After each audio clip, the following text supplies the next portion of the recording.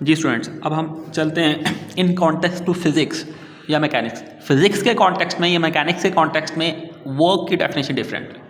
Physics क्या कहती है, काम क्या है, वर्क क्या है। अभी आप पर क्या है, प्रैक्टिकल मैनर में डेली लाइफ में वर्क की दो कैटेगरीज, हम डेली लाइफ के अंदर वर्क को दो कैटेगरीज में क्लासीफाई करते हैं। वो दो कैटेगरीज कौन कौन सी? Alpha work and beta work, mental work and physical work. और आपने बहुत डिटेल में पढ़ा कि मेंटल वर्क क्या होता है, फिजिकल वर्क क्या होता है। अब फिजिक्स या मैकेनिक्स ये फिजिकल वर्क को डील करती है, बीटा वर्क को डील करती है। बट मैकेनिक्स या फिजिक्स कहती है कि मेरे नज़दीक near to us there is a different definition of work, कि वर्क की डिफरेंट डेफिनेशन। ठीक है, तो इन कॉन्टेक्स्ट टू फिजिक्स और mechanics there is a fundamentally different concept of work which is relevant to beta category. ठीक है, तो physics के अंदर हमारे पास फिजिकल वर्क होता है, बीटा वर्क होता है। ठीक है, अब उसकी डेफिनेशन क्या है, मैकेनिक्स क्या कहती है?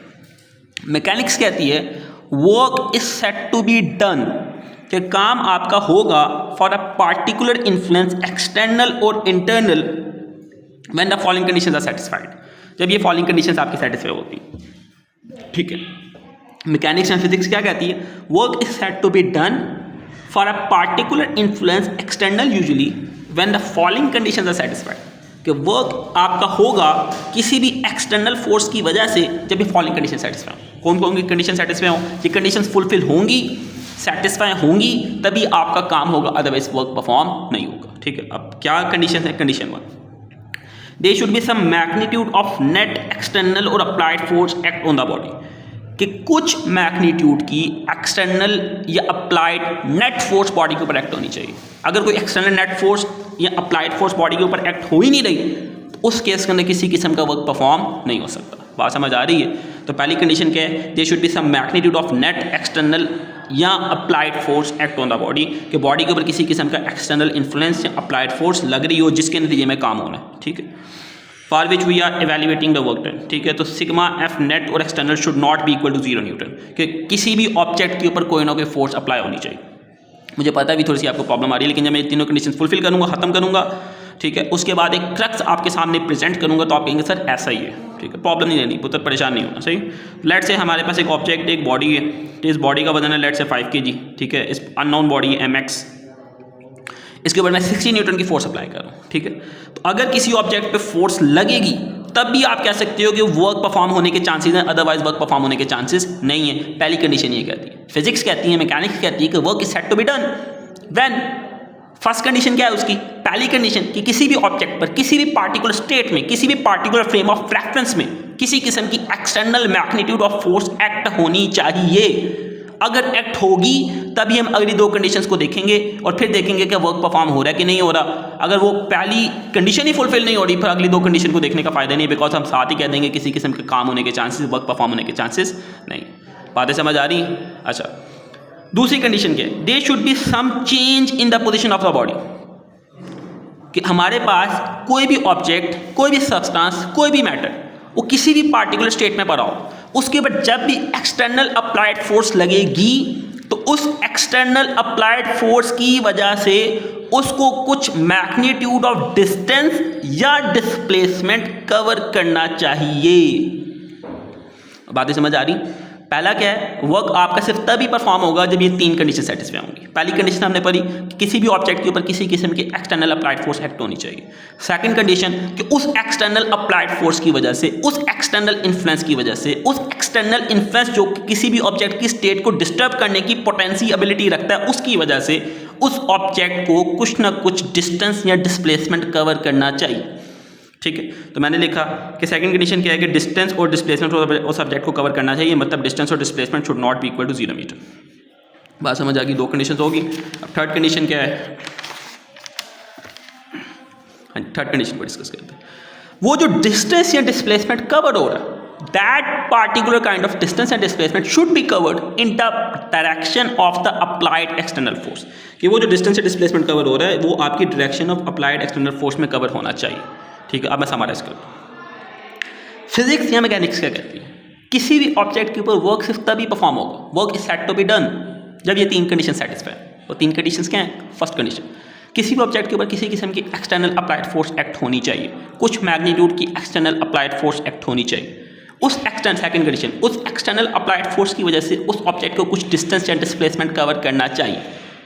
थर्ड कंडीशन, वो डिस्टेंस या डिस्प्लेसमेंट जो कवर हो रहा है वो फोर्स की डायरेक्शन में कवर होना चाहिए। अगर ये 3 कंडीशन सेटिस्फाई होंगी तभी वर्क परफॉर्म होगा, अदरवाइज नहीं। देखिएगा जरा सिनेरियो देखिएगा।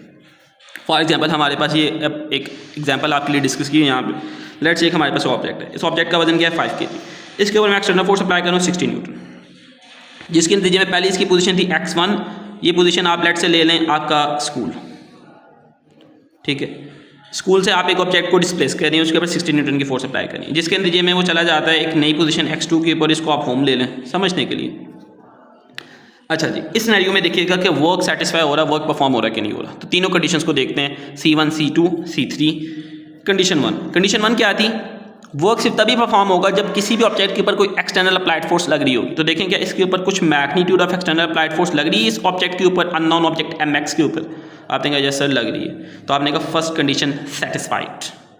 सेकेंडली, क्या उस एक्सटर्नल अप्लाइड फोर्स की वजह से ये ऑब्जेक्ट कोई डिस्टेंस या डिस्प्लेसमेंट कवर कर रहा है? आप कहते हैं यस सर, ये हमारे पास इसकी इनिशियल पोजीशन थी, अब ये अपनी पोजीशन चेंज करके इस नई पोजीशन पे आ गया, नई पोजीशन पे, न्यू पोजीशन पे, जिसकी वजह से इसकी पोजीशन में चेंज आया, तो उसने ये डिस्टेंस या डिस्प्लेसमेंट कवर किया।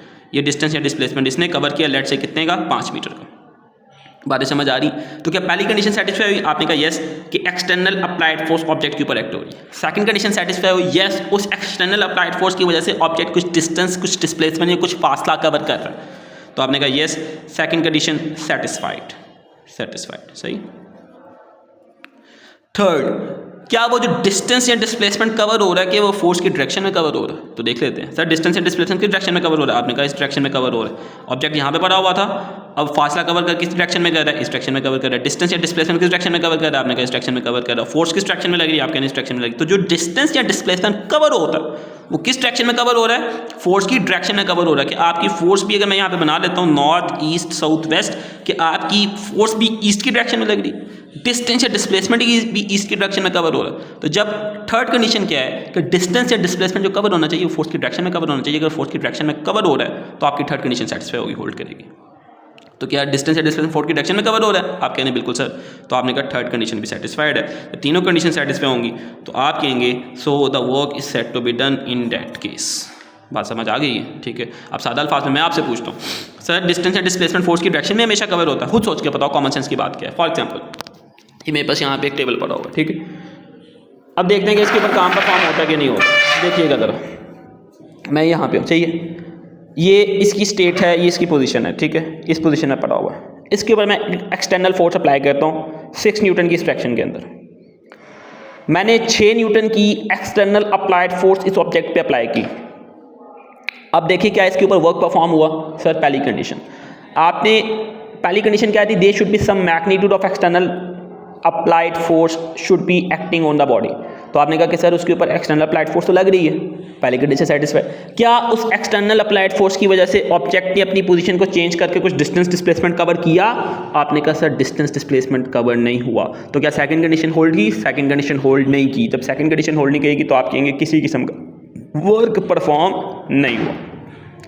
सेकंड सिनेरियो, अगर हमारे पास ये ऑब्जेक्ट यहाँ पे पड़ा हुआ है, इसके ऊपर मैं अप्लाइड फोर्स एक्ट करता हूँ, ठीक है, एक्सटर्नल फोर्स अप्लाई करता हूँ। अब मैं 10 न्यूटन की एक्सटर्नल फोर्स अप्लाई करता हूँ, जिसके नतीजे में क्या हुआ? पहले इसकी पोजीशन ये थी, अब इसकी पोजीशन ये होगी, ठीक है। तो देखते हैं, कंडीशंस लगाइएगा। पहली है there should be some magnitude of applied force. क्या इसके ऊपर कोई अप्लाइड फोर्स का मैग्नीट्यूड एक्ट हो रहा है? आपने कहा जैसे सर अप्लाइड फोर्स लगी है, ठीक है। उसके नतीजे में, उस अप्लाइड फोर्स के नतीजे में क्या इसने कुछ डिस्टेंस या डिस्प्लेसमेंट कवर किया? आपने कहा यस सर इसने कुछ डिस्टेंस या डिस्प्लेसमेंट कवर किया। सेकंड, क्या वो जो डिस्टेंस या डिस्प्लेसमेंट कवर हुआ है क्या वो फोर्स की डायरेक्शन में कवर हुआ है? आपने कहा यस सर फोर्स भी इस डायरेक्शन में लगी, डिस्टेंस और डिस्प्लेसमेंट भी इस डायरेक्शन में कवर हुआ।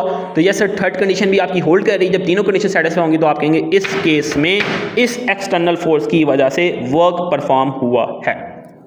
बात समझ आ गई है? ठीक है। तो इस तरीके से आप इसको जस्टिफाई करते हैं, ठीक है। मैं यहाँ पे वीडियो काफ़ी लेंथी हो रही है, मैं यहाँ पे पॉज करता हूँ, नेक्स्ट वीडियो को स्टार्ट करता हूँ।